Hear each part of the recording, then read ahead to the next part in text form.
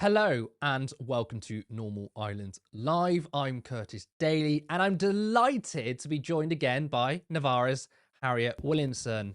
Happy Friday, Harriet. Happy Friday, Curtis. Great to be here. We are going to have a fantastic show. I promise I will not let my energy drop, even though we are so on the edge. We are so on the edge of that happening. Yeah, do you know what? Appreciate you. You've been working so hard and I understand that. Of course, I was saying before the show, me and Ben, who's our producer, I've spoiled it. I'm not feeling 100% either, but we're going to give you a great show. With Harriet, though, it's guaranteed anyway. I'm super excited that you're here with us tonight. And also, your t shirt. It's very in vibe with Turn Left. Eat the rich. See that? I Eat think the rich. I think I got it off like eBay ages ago. So I can't like plug a cool brand or anything. But I was I going to ask, genuinely yeah. I love this shirt. Speaking of clothing, of course, you've noticed I'm repping the new brand Turn Left. On Monday, we unveiled a massive overhaul, and it's really, really exciting. We've revamped our website and everything, so you should definitely go check that out. Here you go. You can see a little preview there. Just go to turnleftmedia.co.uk. Of course, you can support us financially if you enjoy our work and want to keep us going. Then go to turnleftmedia.co.uk/support. But tonight we'll be discussing the Labour Party jumping on comments Zach Polanski made about anti-Semitism and Jeremy Corbyn, the latest on the Foreign Office and Peter Mandelson, and the government putting out their latest attack ad against reform, which was blocked from being shown on TV. I also want to plug our Twitch. I've been seeing your comments. We're not doing it enough.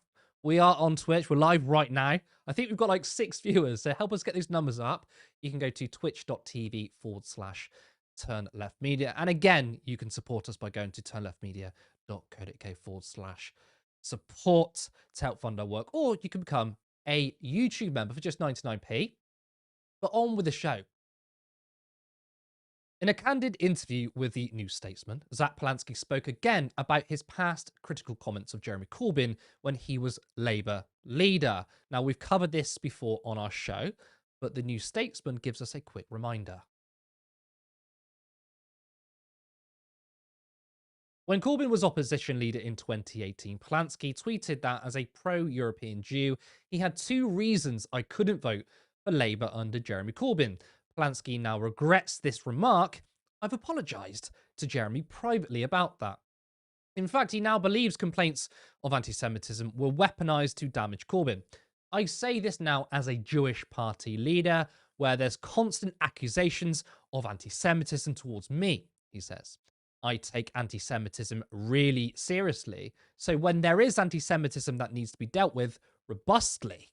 But I've undoubtedly seen lots and lots of examples, particularly reported in the press, where it's very clearly criticism of the Israeli government and the ongoing genocide in Gaza and isn't anti-Semitism. He goes on to say he says he feels some guilt for being, as he puts it, another voice that I think was being unfair at the time. When I see a man who's been an anti-racist campaigner most of his life, and I don't just think it passes, I just don't think it passes the smell test to believe that he's an anti-Semite. Now, look, there are those who watch our show who still feel skeptical. I mean, I've seen some comments from viewers who are still quite annoyed by those comments. I mean, those happened like back in 2018. But as I said when we first covered it, I think his experience of anti-Semitism for calling out Israel has made him reflect. I mean, he's been called a self-hating Jew, for example, really disgusting stuff.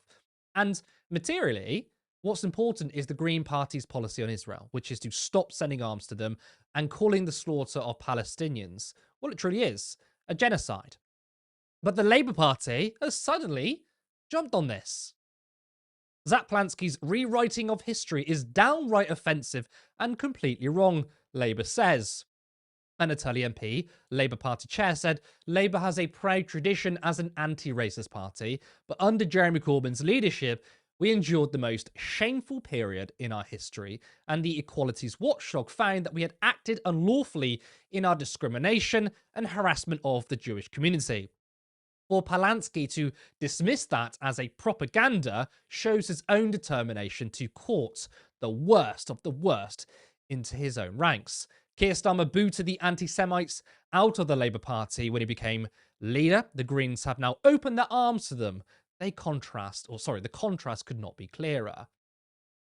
And look, from the beginning of this channel, actually, I think the first ever video that was uploaded was talking about Jeremy Corbyn's suspension from the Labour Party. So we have long covered the weaponization of anti-Semitism, and it feels like I'm on repeat, but it's absolutely disgraceful to try and weaponize it once again. And again, Zach Polanski is the current only Jewish leader of a political party. And she's gaslighting everyone, saying, well, do you know what? Keir Starmer kicked out all the anti-Semites. I mean, we remember in 21, I believe, that famous video where he says, there's the door, you can leave. But he didn't kick out the anti-Semites. What he did was kick out loads of people who were critical of Israel, loads of people who supported Palestinians. And guess what? He kicked out loads of Jewish people who were critical of Israel. How's that for dealing with anti-Semitism? Zach now understands that anti-Semitism weaponization is extremely prevalent in British politics, whilst taking genuine cases of anti-Semitism seriously. I am concerned about the rising anti-Semitic attacks. We saw arson attacks on ambulances, for instance, and we know that increasingly Jewish communities are feeling unsafe. Now, there's a conversation to be had about whether it's a perception of unsafety or whether it's actual unsafety, but neither are acceptable. As a politician, as a leader of a political party, it's really important that we do everything we can to make sure people are both physically safe and have the perception of safety. And it's unacceptable for anyone in this country to be feeling unsafe if they're just going about their daily business. I don't think that's controversial. I mean, he says where there are cases of anti-Semitism physically, in the sense that if you face an anti-Semitic attack, that should be dealt with. But also, there is something which we know, which is, I now call it the weaponization of anti-Semitism industry, in which Zionists, pro-Israel people in the media are weaponizing it, and it makes Jewish people feel scared. So, like, the fear of anti-Semitism is also very real, even though the source of it is completely bogus. And that's what Zach's saying. He's saying, actually, maybe we should stop drumming up the fear of anti-Semitism where it doesn't exist, because it harms the Jewish community. I think those comments were absolutely fine. Of course, Keir Starmer responded to those comments, and he said this. I think it's disgraceful for anybody to suggest otherwise. This is very real, it's visceral, and it's felt throughout the whole community. And anybody denying or belittling that is guilty of all the usual assumptions in relation to anti-Semitism. It's really important. I have no doubt in my mind about just how real this is and the impact it's having. You have families and individuals who are worried about whether they can wear their traditional clothing and jewellery in public, whether they have to hide their identity. That is very, very real. You have people who've been subjected to an attack in this very synagogue who are clearly feeling very fearful. And I think it's disgraceful for anybody to suggest otherwise.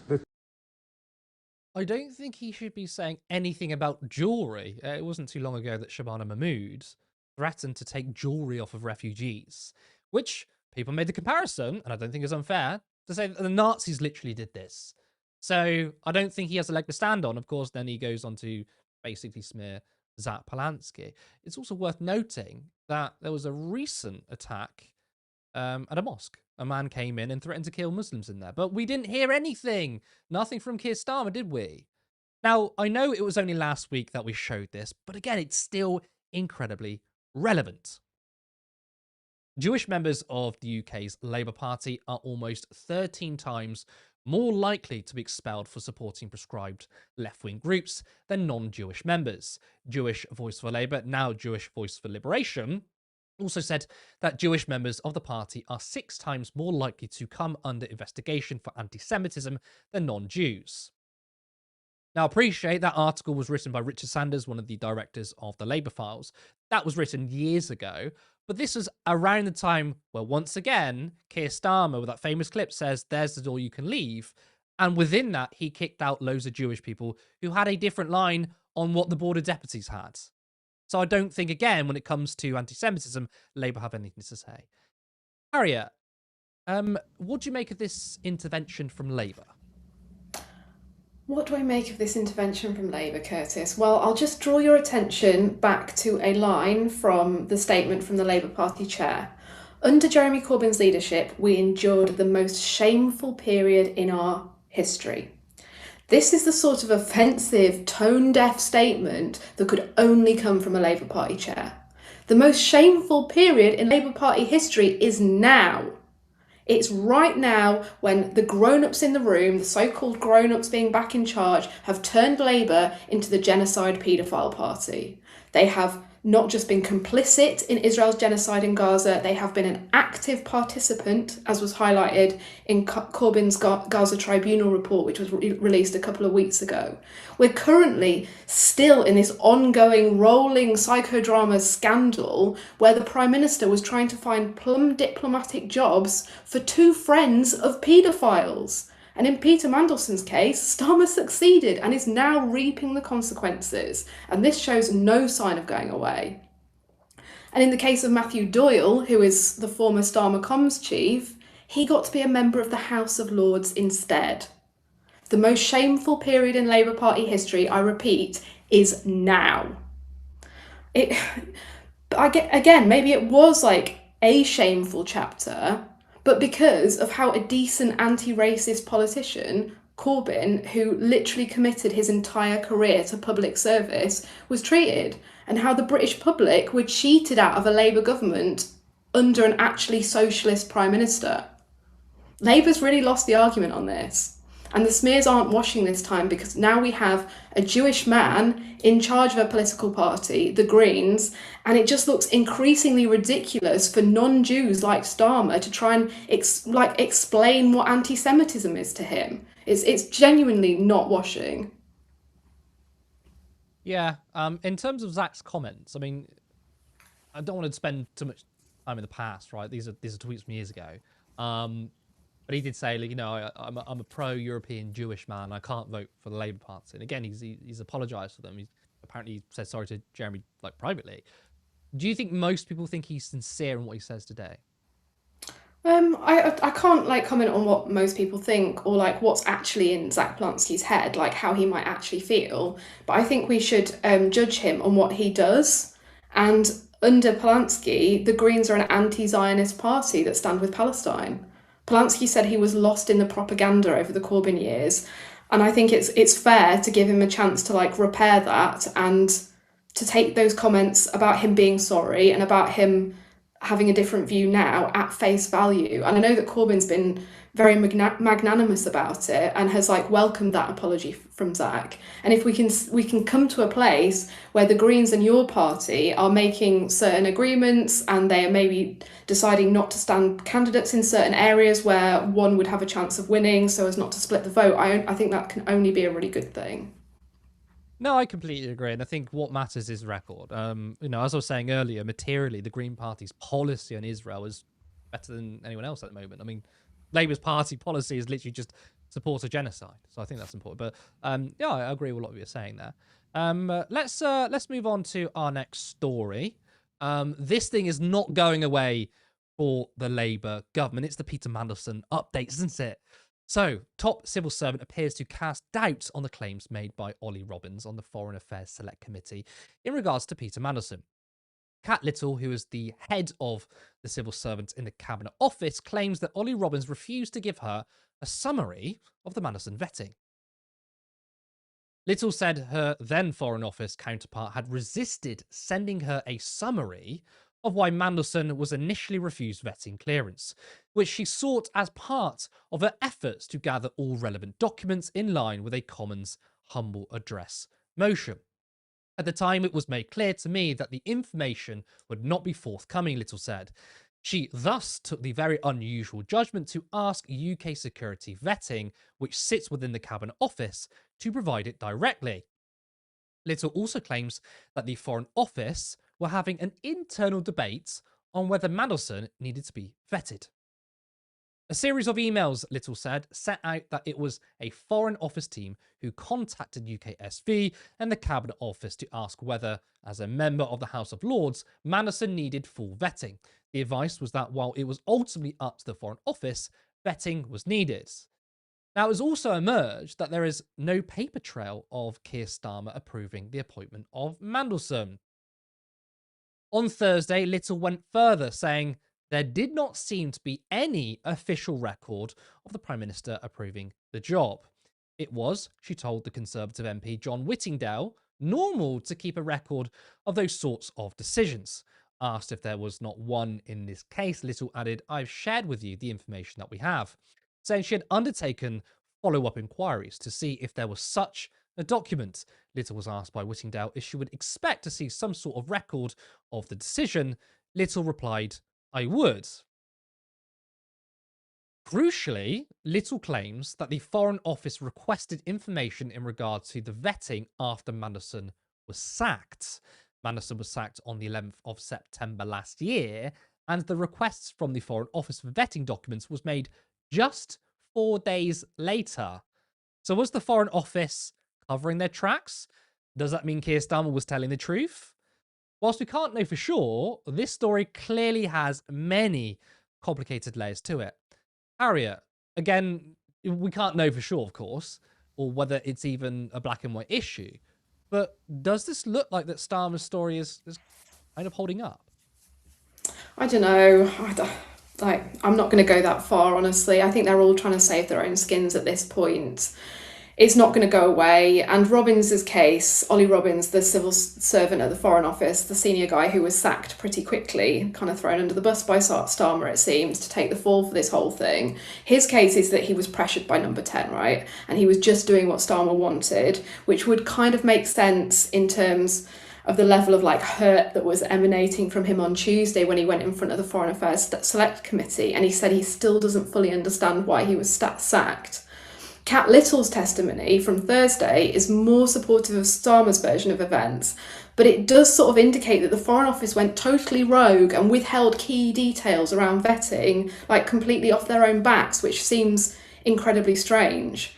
But what we do know is that Starmer's office, read Morgan McSweeney, Peter Mandelson's protege, wanted Mandelson. So therefore, Starmer wanted Mandelson. So Mandelson got the job. And that there was a massive amount of pressure heaped on the Foreign Office to push it through and make it happen. We don't know the extent of whether that pressure was explicit or whether it was implicit in the way that the appointment was announced pre-vetting, it was made public, it was confirmed by the King, and then it was accepted by Washington. Vetting had not taken place at this point. So it looked kind of embarrassing and not great for Robbins to potentially have to turn around and say, actually, UKSV recommends that this guy does not get security clearance. Regardless of this, right, Starmer knew all the risks around appointing Mandelson, but he went ahead and hired him regardless. And I think that's the heart of the story. And whatever different civil servants or ministers say in this, I think that that's the one thing to sort of hold on to here. Yes, I think it's a great point, because what we're seeing is mainstream journalists like John Sopel, who at the time were like, oh, it's a very smart appointment from Keir Starmer. And then now this scandal's come out, they're like, oh, it's ridiculous. I'm like, but for those of us, I mean, even your average Twitter person would share pictures of Keir Starmer and Peter Mandelson. Sorry, Peter Mandelson and Jeffrey Epstein, right? There's that famous picture where they're choosing a belt. And I'm thinking, if you're Prime Minister, that picture alone should be he ain't coming anywhere near government. Rule number one of government, right? If there's even a whiff of a link to a paedophile, don't get involved. And yet, McSweeney and Keir Starmer all wanted Mandelson. I do find it very hard to believe that Olly Robbins took this monumentous decision by himself. But of course, the grey area is, was it a direct order, or do you feel the pressure? That's what I think that's strange. Yeah, I think what Number 10 wants us to think is that Olly Robbins went completely rogue and decided off his own back, I am going to overrule UKSV and keep this completely secret from Number 10, Starmer, and any of the cabinet, which seems quite unlikely to me. Yeah. Not that I think Olly Robbins is some sort of great guy. I see this as very much an establishment cronyism, infighting sort of story. But yeah. Well, I think you've just got to look at the motivation. Like, what motivation does Olly Robbins have? Why does he care so much about Peter Mandelson and getting him in? Like, it doesn't serve him anything. Whereas obviously, what makes more sense is Starmer, Mandelson, whoever wanted Morgan McSweeney. The names are all jumping in my head. McSweeney and Starmer wanted Mandelson in, and then all this shit came out, and they're backtracking. Right? I think that's the likely case. But regardless of outcome, and let's hypothetically say that it comes out that Starmer is proven to be telling the truth. In the eyes of the public, does it even really matter that much? Not in the slightest. Nobody gives a shit about the process of this. We don't know whether Starmer would have even ditched the appointment if he'd known about UKSV recommending against giving Mandelson clearance. Like, we literally don't know that. He could have just said press ahead. With it being announced and confirmed, etc., there was a level of pressure that shouldn't have been there. The sort of performative outrage that we've seen from Starmer in the Commons, like, I wasn't told, I didn't know, I'm going to change the procedure, it's also outrageous. People do not care. This is so divorced from the material issues of their lives, and all it shows is that this government is as mired in sleaze and scandal as the Tories they were so keen to differentiate themselves and get rid of. Just looking at the way Keir Starmer went after Boris Johnson through the COVID years, as though he was like this squeaky clean professional lawyer who would totally clean up politics, that has not happened. Like, that has aged like absolute fish left on a radiator. We've got McSweeney set to appear before the Foreign Affairs Select Committee next week. That one's going to be fucking popcorn.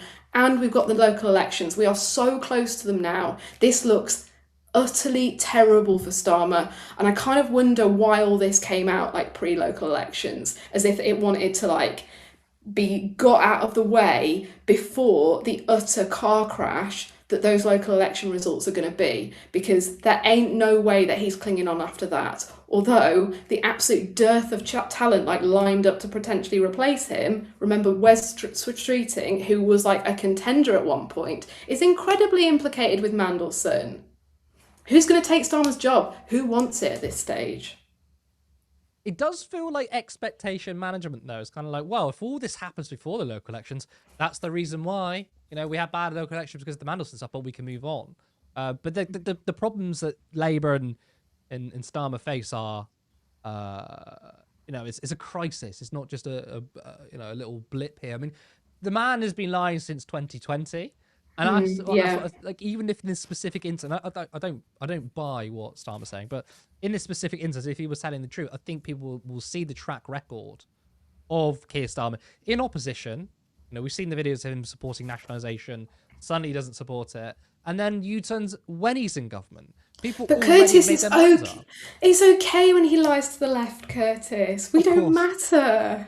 But yeah, I think that what this is really highlighting is how easy a ride Starmer's Labour and all these Labour Together people were given by the mainstream media, and how the right questions were never asked and they were never really held to account. And the level of scrutiny that Corbyn got as Labour leader has been nowhere near Keir Starmer, even in government when it really, really matters.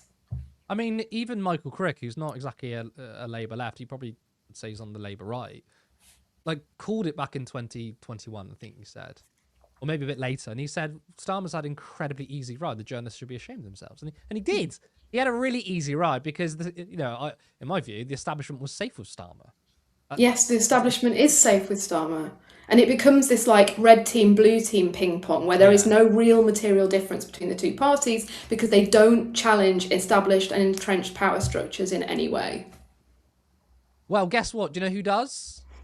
Independent media, whether it's Novara Media, whether it's Turn Left. I mean, our tagline is Destroy the Oligarchs. That is a nice segue into what we're all about. Of course, it's 2026, and we want this year to be big for Turn Left. We want to be way more ambitious than last year and to really put us on the map. And we're leveling up. I mean, we've had a full rebrand.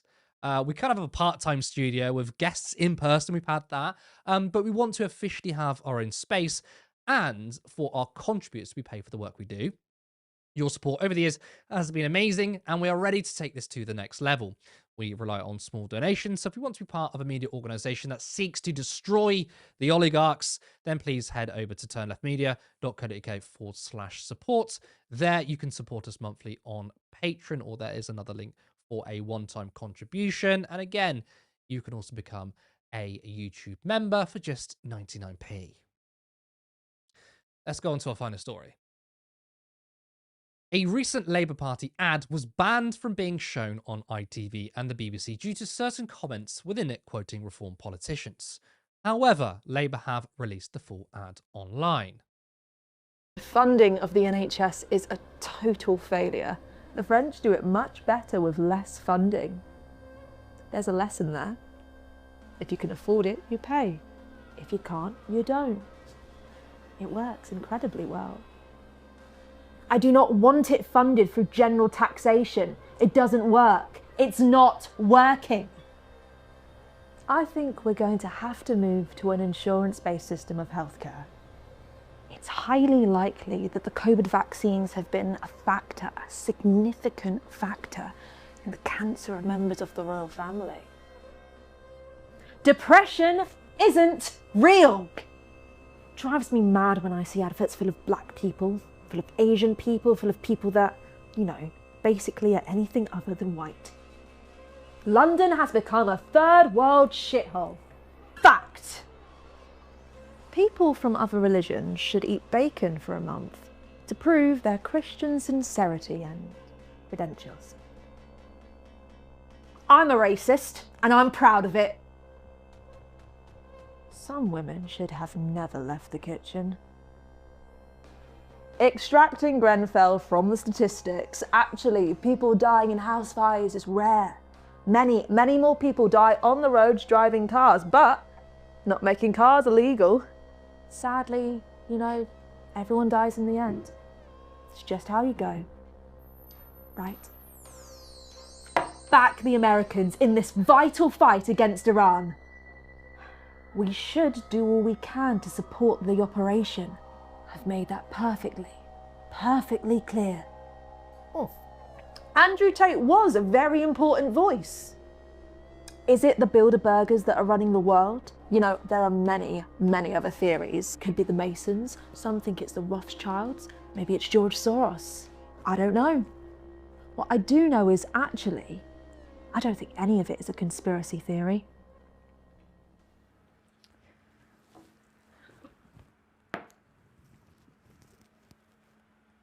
I don't believe any of what I've just said. But you should know that there are people who do. Every word you've just heard was spoken by Reform UK politicians, senior figures, advisors, candidates, councillors, MPs. There's only one way to stop reform. Vote Labour on Thursday the 7th of May. Now, if they were going full creepy, they absolutely achieved that. But look, I think the message is good insofar that people ought to know what Reform politicians have been saying, whether it's selling off the NHS, sexism, or racist comments, or comments such as this that didn't feature in the ad. Yes, that's Reform candidates saying the Nazis were real visionaries. Other candidates have said that immigrants are rats and said that Southport rioters should burn down a mosque. But when it comes to the messenger, i.e. the Labour Party, I mean, are they best placed to call out Reform's racism or their views on the NHS? I mean, sure, they don't plan to turn the NHS into a paid-for insurance model yet, but we know that the party hasn't opposed private contracts and creeping privatisation. Now, in response to this ad, right-wing Twitter account Britain's Broken said, Labour have released their banned political party broadcast that contains quotes from Reform UK. This does not help Labour in the slightest. In fact, it will have the adverse effect and play right into Reform's hands. Now, this account has 110,000 followers, so it's not a small, insignificant account. And of course, this would be the response from a right-wing Restore supporting account. But are they right? Will anyone be convinced? Harriet, it's not like people haven't called out Reform's racism before or pointed out past concerning comments about the NHS. So will this ad actually do anything? I mean, do Labour need a better strategy than just pointing out bad things Reform have said? Yes, they need a better strategy, Curtis. They need a different leader, they need a different front bench. I think the party's pretty cooked, but this specifically looks like weakness. It says we don't have any positive vision for this country. All we have is encouraging people to cast a negative vote, right? To cast a negative vote against reform to keep reform out. That's scare tactics, and it didn't work in Gorton and Denton. Labour ran attack ads against the Greens most of the time, claiming that the Greens were going to teach our children to use drugs like crack and heroin and let our daughters be used for legal prostitution. That was like this attack ad van that Labour sent round Gorton and Denton ahead of the election. Didn't work there. Greens absolutely swept the board. Reform came second, Labour were pushed into third, and this is a historic Labour safe seat. But more than that, we've got the fact that Labour have actually enabled reform, and they've enabled reform's popularity in that they've decided to play this sort of reform light game to appease reform voters. There is no other reason that they would be bragging about 60,000 deportations since Labour took office. What they don't seem to have figured out is that if people want a right-wing party that's going to create a UK version of US's ICE and do like a really brutal, cruel immigration crackdown, they will just vote for the full fat version of that. They don't need like the slightly less out and out, say it with your chest racist version that Labour is presenting. Reform voters are people who want change in this country. I think that there's probably a core of reform voters who are hardcore racists and their minds probably can't be changed. But I think there's a far larger proportion of them, and this is like consistent with the reporting that I've done, who are swing voters and could potentially be won over by other parties, including insurgent parties like the Greens. They're sick of the two-party system, they want change, and they want something that's different. And it seems like really counterintuitive to see Reform and the Greens as parties that could potentially win votes off each other. But I think that is the reality that we're actually facing. And a lot of people don't have consistent views in politics. Their like opinions on things aren't consistent on every issue, unlike like politics nerds like me and my colleagues. But yeah, I really take your point, Curtis, about it being important that the public know what reform candidates are saying. That's not really the job of a Labour Party ad to encourage people for where they put their vote. That's the job of journalists. And we've got a great report that came out on the site today from Simon Childs, who runs through some of Reform's best and brightest candidates and some of the, frankly, shocking things that they've said. It looks like Reform's overhauled vetting process is not going particularly well. And for a party that hasn't contested local elections before, it's had to find an awful lot of candidates really, really quickly. So it's likely that vetting has not been particularly thorough, which is why we're seeing a lot of like quite cranky and racist and horrific viewed candidates out there. But yeah, Labour, bad strategy, it's weak. I think that if there are people who are like, yeah, Reform's going to get my vote, they're not going to listen to this from Labour. They're either going to be encouraged by it or they're going to see it as like Labour being desperate. You know, I'd love to see, or someone to do like a real like psychology deep dive on what actually works on convincing voters. I mean, obviously we have our opinions and analysis, and I know I agree with you on this, by the way, but I would love to like see like real big studies on what convinces people. But like, I think when you say stuff like this party's dangerous and they said this, they said that, people aren't convinced. And by the way, when you pluck out certain comments which people say bad things, I think the knee-jerk reaction for people is, well, it's you know, bad apples. You know, like the Labour Party done it to the Greens, haven't they? They said, well, you know, this particular Green councillor said this. And to be honest, you can find people saying dodgy things in every single political party. You've seen the most horrific things in the Labour Party. So like as a strategy more broadly, I think it's kind of wrong anyway, because you are going to get people say messed up stuff. Now, of course, you can have an analysis in which, well, the policies and the ideology of the party is downstream of what people are saying on the ground, right? I mean, you know, different political parties have different or certain levels of bigotry. I mean, we've actually seen polls in which it turns out that like reform supporters have higher levels of like anti-Semitic attitudes than like the Greens, for example, right? That can happen based on one's ideology and policy, true. But you will find people saying crazy stuff in all political parties.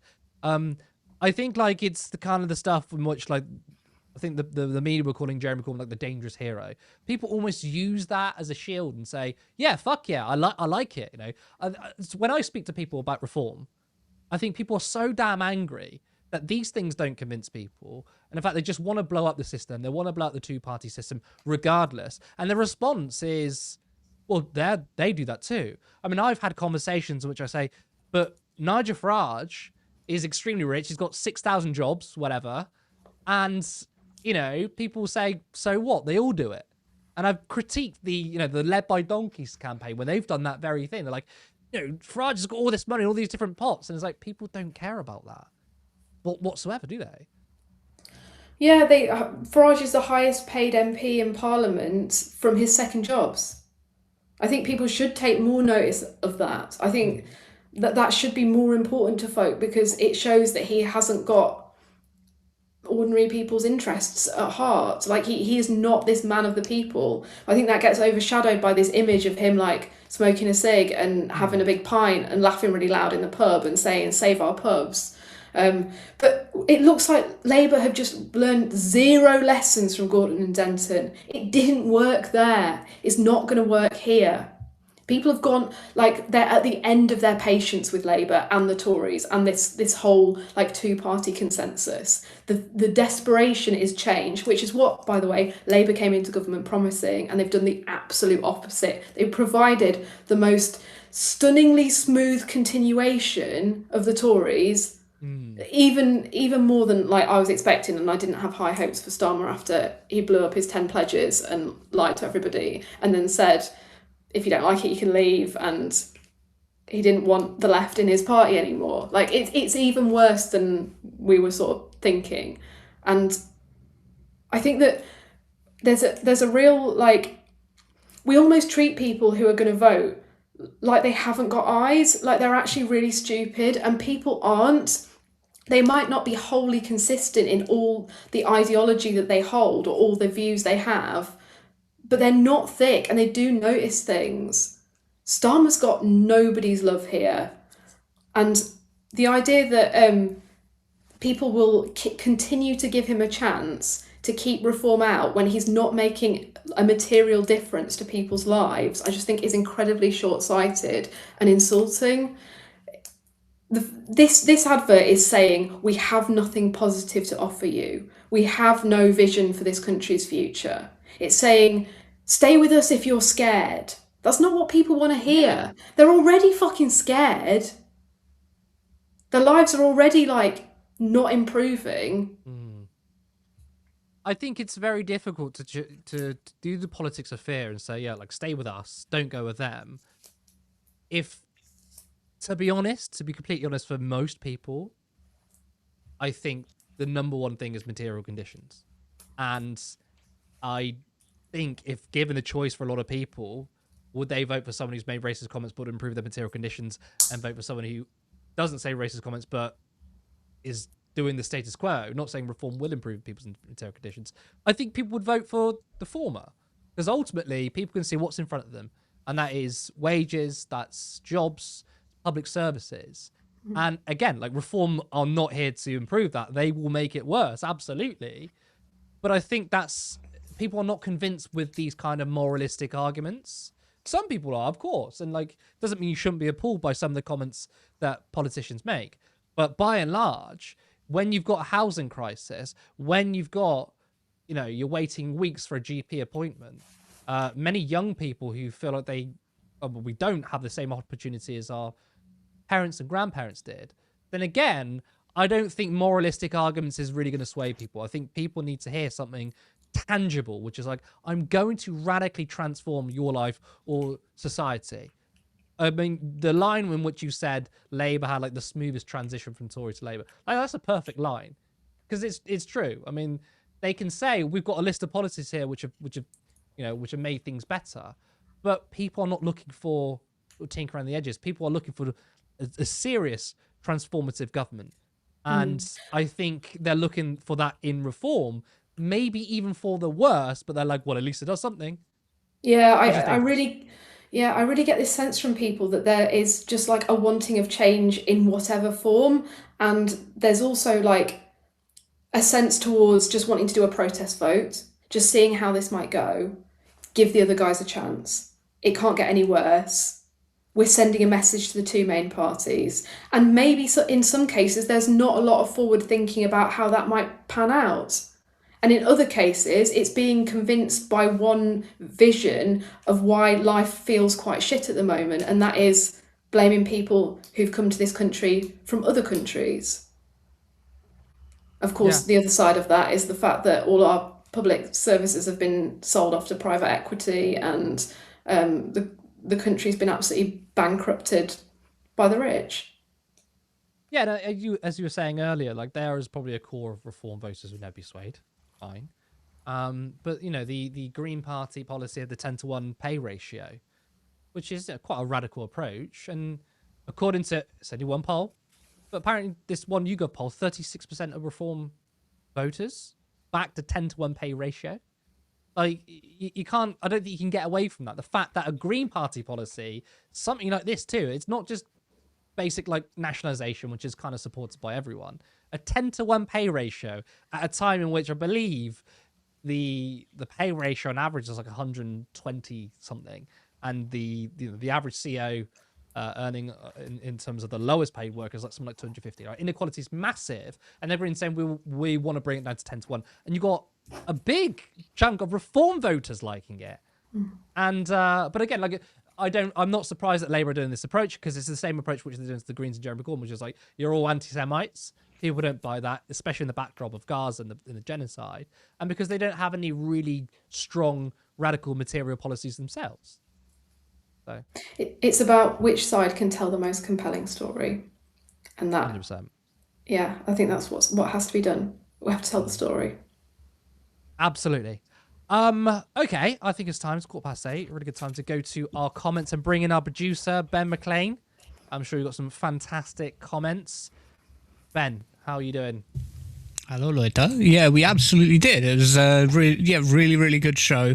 I messaged Harriet in the show. I messaged Harriet in the little chat thing we've got, because Harriet was just on fire today. Absolutely brilliant stuff, and the chat loved it. Just fantastic. So let's get to some of our comments. We'll start with the super chats, because people have, as usual, been very generous, or rather not super chats, but with gifted memberships. It is that people have been very generous. James Holmes gifted... Oh, that didn't come up. Excuse me. Oh, we had it for a second. Yeah, there we go. Just there. There we go. James Holmes gifted 10 turn left memberships. Thank you, James.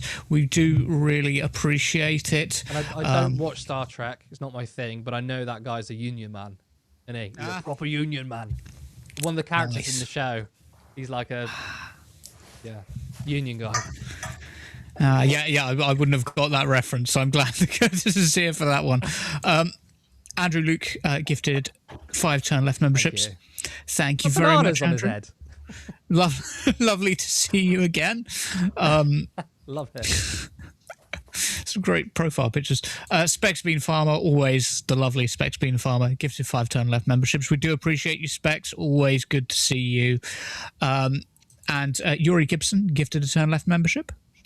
And Steve MC81 or Steve Mc81 gifted 5 turn left memberships, and Deus Ex gifted a turn left membership as well. Always good to see you, Deus.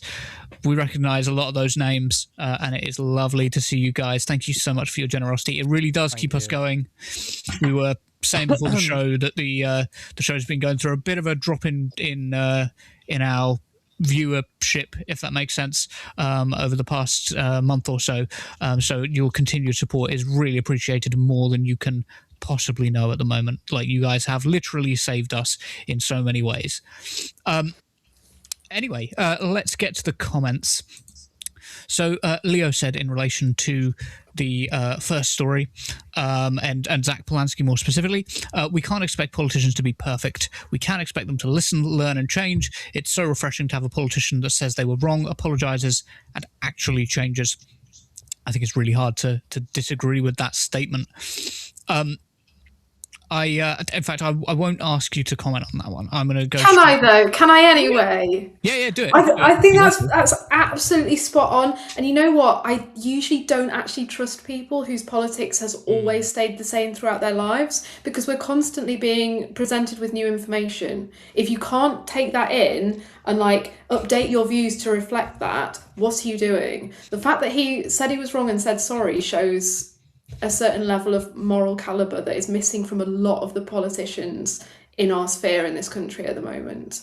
So yeah, bang on comment. I also think as well that like politicians are not our best friends. Like, remember that they are there to serve us, and you may feel personally annoyed about certain things said in the past like this, but remember, they're not your best mate. They are there to, you vote for them, and they bring in policies that will improve yours and other people's lives. But I genuinely believe Zach is sincere. I mean, he's a lovely guy, but I do think he's sincere, and like he does have something which you don't see from a lot of politicians. It's humility, and that's something he definitely has. He does it a lot, actually. A lot of his interviews, he's happy to be like, I don't know everything, and that's something that's incredibly rare. Yeah, like the that sort of definition of intelligence. I want to say it's Socrates. I think it's Socrates saying like the definition of intelligence is knowing how little you know and all that stuff like that. Just that bit of humility from our politicians. I was watching something about the Dunner-Kruger effect today, and I think that sort of goes in there too. But yes, yeah, that's definitely something that plays into a lot of our political minds. No, it's a fair point from both of you. Yeah, I completely agree with both of you, of course. Segway said Keir was clearly very careful to keep his signature off of this stuff. He was always preparing to throw others under the bus for this. How true do you think that is? Do you think that Keir Starmer has consciously been keeping his signature away from this stuff, or do you think this is a last-minute fumble, given that they had to sort of like, well, given that Morgan McSweeney, quote-unquote, lost his phone, like... Yeah, what do we think? Yeah, very convenient that, isn't it? I noticed that there were multiple people involved in appointing Peter Mandelson to the most senior diplomatic post in the whole of the diplomatic sphere. And the person who was kind of at the head of all of it, not even kind of, he was the figurehead, the Prime Minister. He's the person who has not resigned. Plenty of other people have lost their jobs now over this. Keir Starmer has so far kept his. It doesn't... If I was an advisor, if I was a civil servant, if I was close to Keir Starmer, I would be very worried for myself. This is not somebody with a whole lot of loyalty for the people closest to him. Like, he is prepared to throw whoever under the bus.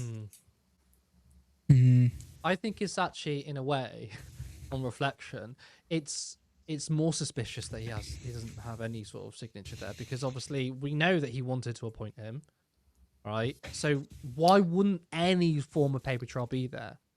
I just find that odd. But again, like these internal processes, I don't know. I honestly don't know. I mean, it definitely seems irregular, but I think something we have to remember is that this is a great big club that none of us are ever going to be part of, and we're probably never going to be able to like see the internal workings of this stuff. I think that's a very good point. Yeah. I do think the internal workings are possibly key, because like so much right-wing violence and right-wing systemic violence, and even in the case of like shielding the friends of people who've committed horrific crimes, so much of that is it's procedure, it's process, it's systemic. It's not Noam Chomsky's manufacturing consent. It's not necessarily a conscious sort of like not to say it's not conscious, not to say that people don't know they're doing it. They know they're doing it, but they rely on the process rather than specific orders, if that makes sense. They rely on the process to carry them through. So Keir Starmer didn't need to give a specific order. He was just able to put pressure through the cabinet office onto people like Olly Robbins. I think that's I 100% agree. Magic Dog said about how about James O'Brien busting a gut on a Daly to defend Starmer and put it all down to the process. The media has been disgraceful on this. I fucking hate him. I'm sorry. Of course, the media. Stand James O'Brien. Yeah, of course, the media have been terrible on this generally, and Harriet did of course mention that as well. But Harriet specifically, I wanted to ask what your reaction to the whole James O'Brien suddenly like coming away from Keir Starmer was. Oh well, it only took the Peter Mandelson scandal. Israel's got the right to cut off water to the entire population of Gaza. That was all right for James O'Brien. He could swallow that one, no problem. I find a lot of this incredibly sad because it shows the line that has to be crossed for some people to actually take a moral stand over Starmer. And that line for too many people is not that Palestinians are human beings that deserve to live with dignity. And it's not that people in Lebanon deserve to have a life and not be forced out of their homes and killed and have their land annexed by this aggressive invading army. Like,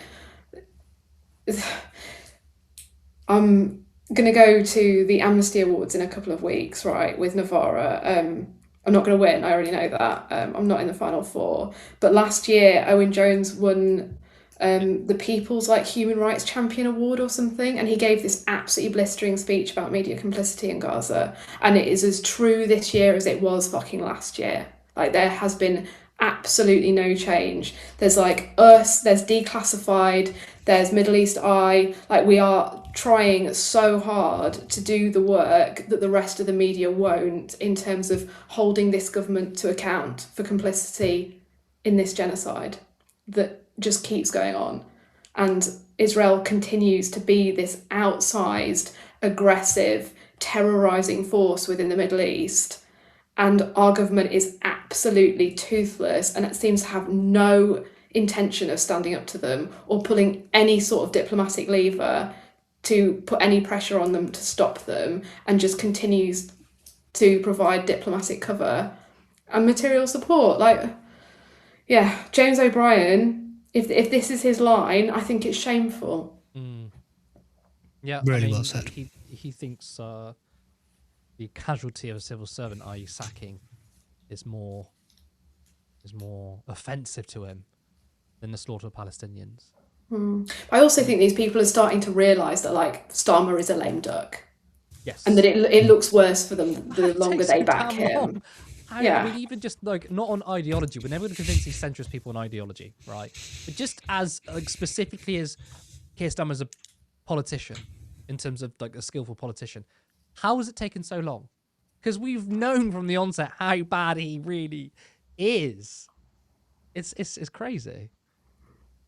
We live in the age of aesthetics. Everything's aesthetics. That was what Helena refers to as the great noticing. Suddenly all of these people are noticing that Keir Starmer is actually a really shit politician. It's almost like there's this whistle that only they can hear that says, now you're allowed to notice. Like those dog whistles for training. It genuinely is like that in the mainstream media. That's good, though. It's like that. 100%. So Michael said, and I just thought I'd bring up this comment because it is really quite true. At this point, a link to a pedo is what you need to be an ambassador under Starmer. Because, not going to lie. I know. What is it? What's going on? So crazy stuff. Because I feel like a lot of you listen to the same media that I listened to growing up.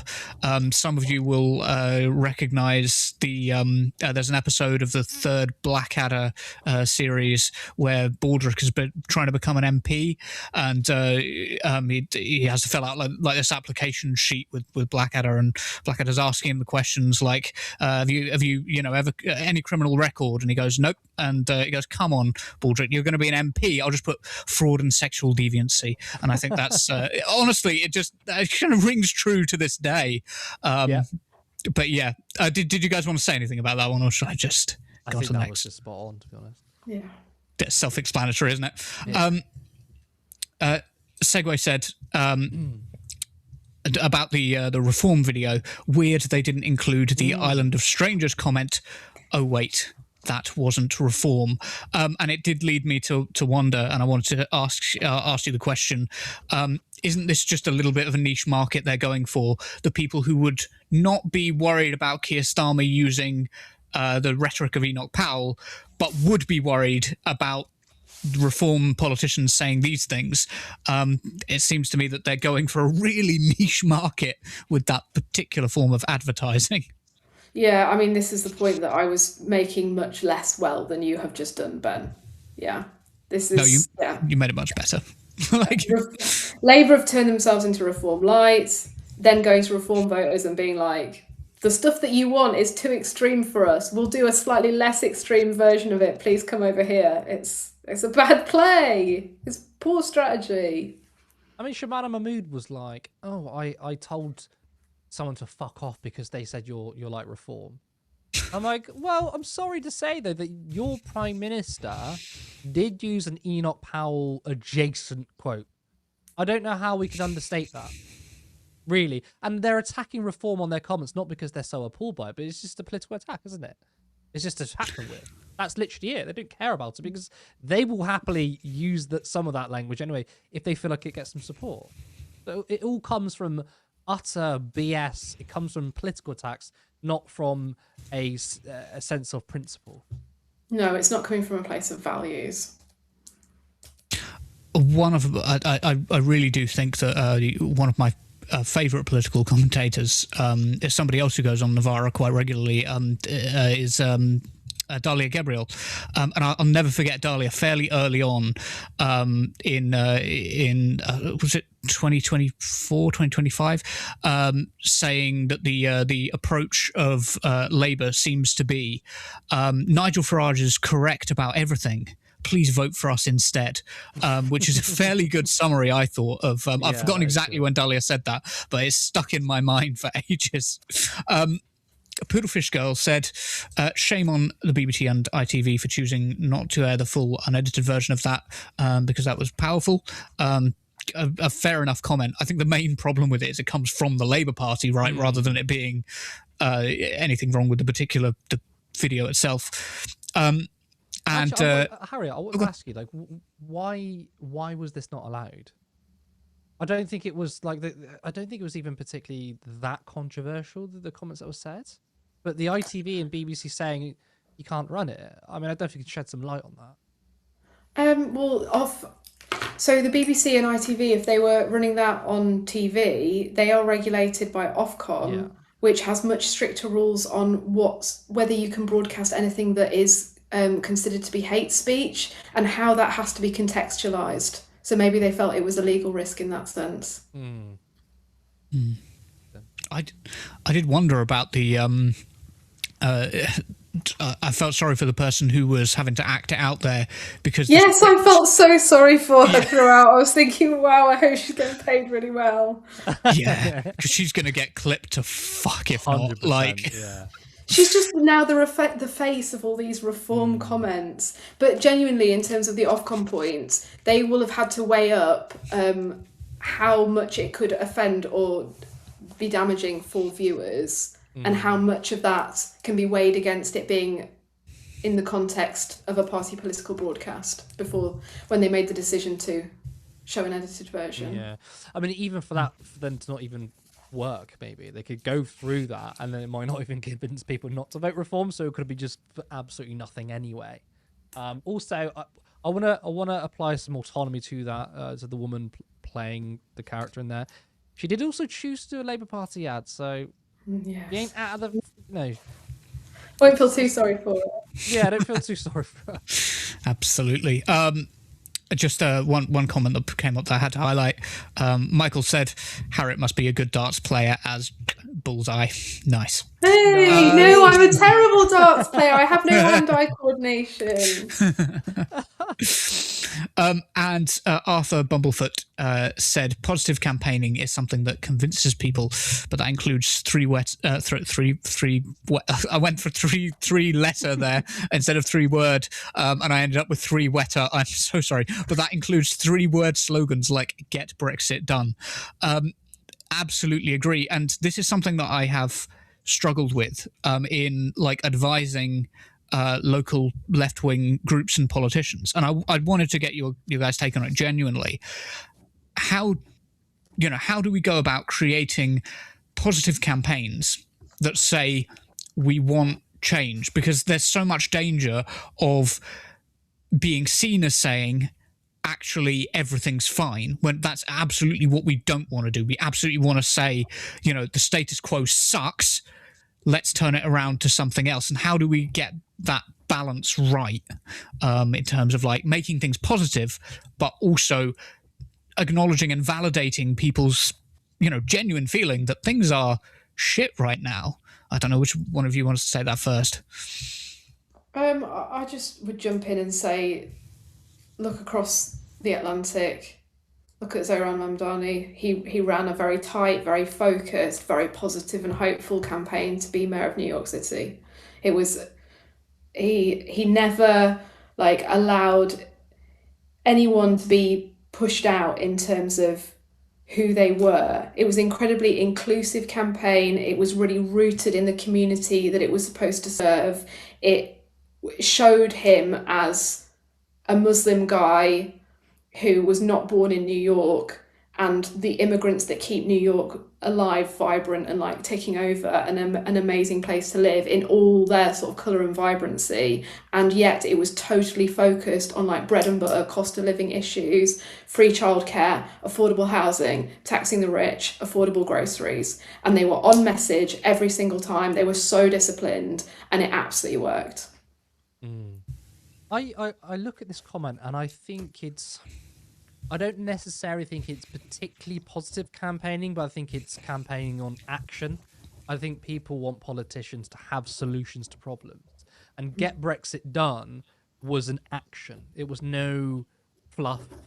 It was no technocratic language. It was like, this is what we're going to do. Because when we look at Zoran Mamdani, and I do think we should be cautious about trying to completely replicate him, because there is a slight maybe naivete, or at least joyous thing that can happen with American people, particularly in New York, a very multicultural, progressive city, shall you say, in which the British people, we harbour so much pessimism. And I do worry that I don't want sort of to replicate Zoran Mamdani all the time, dancing and being all joyous too much, because people will be like, oh, fuck off, mate. It might work in America, might not work here.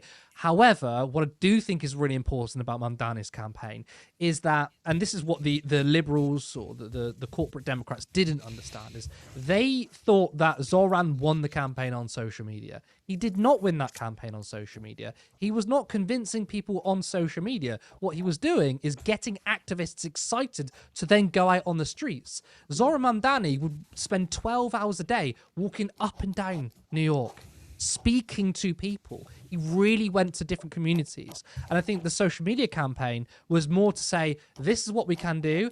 Do you want to be part of it? Rather than being like, oh, hello, floating voter online, vote for me. I don't think that's how it worked. Whereas corporate Democrats are like, I don't need to offer good policies such as rent control or universal childcare. I just need to do lovely 80s or 70s style font and put some music in the background with a lens flare or filter or whatever. That's not how it works either. So I do think there are absolutely lessons to learn from Mamdani, but I hope we don't lean too much into the colourful, bright, and it sounds quite sad to say, but joyous, because I know that Mamdani's campaign was described as very joyful, and it was very heartwarming. But we're trying to convince kind of bitter, cold people. I thought the your face looks surprised there. I thought the Zach Polanski campaign where he was running, that one, I thought it was pitch perfect, and tonally it hit down the head. The colours were still quite muted in pessimistic Britain. It was energetic because he was physically running. But I don't feel like it was patronising in a sense like, oh my god, hope, love, all this stuff. Which brings me back to, I'll finish up quickly, brings me back to, I don't think it's necessarily positive campaign, it's action. Therefore, you can be quite negative insofar in saying, this is what's wrong with the country. We have growing inequality. We have the psychotech oligarchs wanting to destroy everything. We've got Palantir and the NHS. Things are crap. Things are terrible, and you are right to feel like shit. And this is what we're going to do about it. And invoke some anger in there too. So I don't think it's necessarily positive. You can add hope at the end of it, but I think it's a journey you take people on. You start quite negative maybe to identify the problems, and then you say, this is how we're going to get out of it. I think that when I said positive, or like colourful, I was more like, he ran on this very specific cost of living platform, but he didn't throw away like inclusivity, trans rights, welcoming the immigrant population in New York, his own heritage, pro-Palestine stuff. Like, none of that was like chucked away. He kept it all, and yet he ran on this economic populism platform that was very tightly messaged and tightly disciplined, and it really worked. And he won on social media, but he also did win on the streets, and that's just what Hannah Spencer did in Gorton and Denton. They won on socials, but they had an army of door knockers, and they got out every single day, and they absolutely dominated the street game. Yeah, really impressive ground game there. Yeah, and I think you're both right to point to Zohran Mamdani, but also to Hannah Spencer. You know, we now have examples closer to home of how this can work really well. That's a really, really important point. Yeah, I think in terms of positive campaigning, I think it can be difficult on a local level as well. Because, of course, when you're talking about the mayor of New York, you're talking about somebody with quite a bit of power to make big changes, and obviously the even MPs, they have power to make sort of quite big changes. Whereas with the local elections coming up, you're limited in your power, so your vision has to be quite sort of integrated with what's already possible in your community. And I think there is sort of a problem there. But the advice that you two both gave is spot on. Absolutely. It's a difficult one to apply, is what I'm saying. I said that really badly, but you know what I mean. Should we close out the comments there? And unless you guys had anything else to say on that. We definitely got all the super chats. Just want to check with that. Oh, yeah, I can go back and have a look. I don't know if I saw any more. I just want to make sure. I believe that Andrew gifted 5 more Turn Left memberships. Thank you, Andrew. The bananas on the head there again. Love your profile pic of the bananas. Absolutely brilliant. Brilliant. Well, thank you so much. Sorry, yeah, go. I'll hand back to you guys. Thank you for the great show. I really enjoyed it, and I hope you guys enjoyed it too. Well, as you know, of course, thank you to everyone who tuned in. And Harriet, thank you so much for joining tonight. You're always amazing. Thank you so much for having me, Curtis. I was saying like a few more times than I usually would or should, but we are very tired over here. Yes. Bless you. But of course, again, thank you so much. And thank you to our viewers. Also, thank you to all the donations given. Again, you know, this is what we do. We don't get any money from the big oligarchs, and we're trying to destroy them. So they're not going to give us money, are they? Remember, we go live every Monday, Wednesday, and Friday at 7:30 p.m. You've been watching Normal Islands Live. I'll see you next time.